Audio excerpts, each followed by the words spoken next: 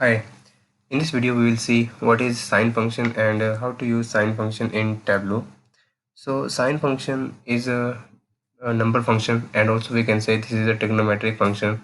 So we use this function uh, this function basically return the sine value of any angle. So in order to use this function, first let's create one calculation.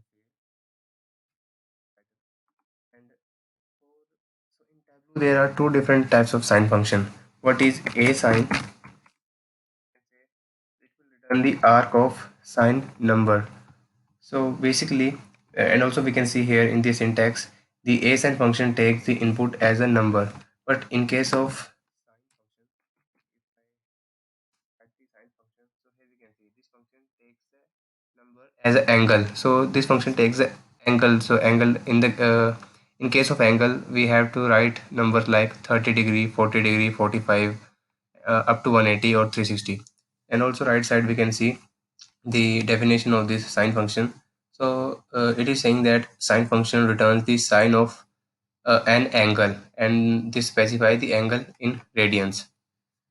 So for example, here I use the sine function, and if I set the uh, value as a 30 degree, and if I click on apply and okay,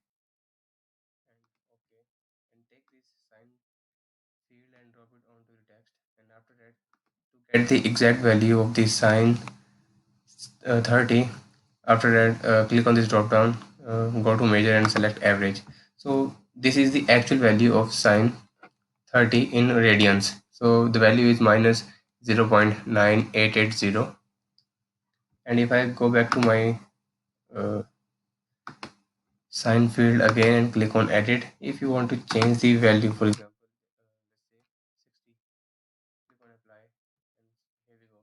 You can see the value of sine 60 as a radian. So it says the value of sine 60 is minus 0.3048.